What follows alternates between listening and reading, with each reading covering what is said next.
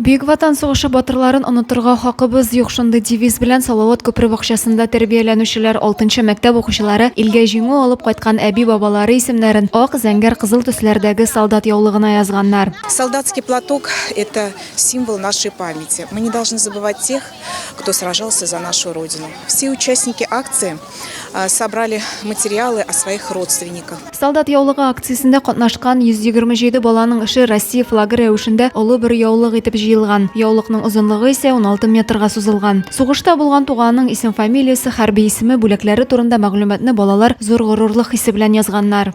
Мне помогала бабушка.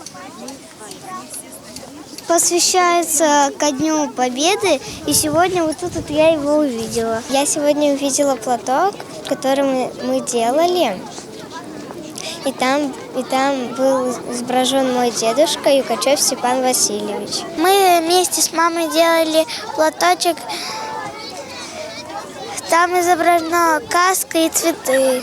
Бәйрәм ахырында балалар сугыш батырларын 1 минут тынлык белән искә алып, мәңгелек ут янына чәчәкләр салдылар. Солдат яулыгы акциясе Зәйт шәһәрендә беренче тапкыр оештырылды. Анда балалар бакчаларында тәрбияләнүчеләр, мәктәп укучылар үзләренең Бөек Ватан сугышында катнашкан әби-бабайларының исемнәрен яздылар. Бу акция 2нче елга да дәвам итәчәк. Адилә Борханова, Ангелина Санникова, Зәй хәбәрләре.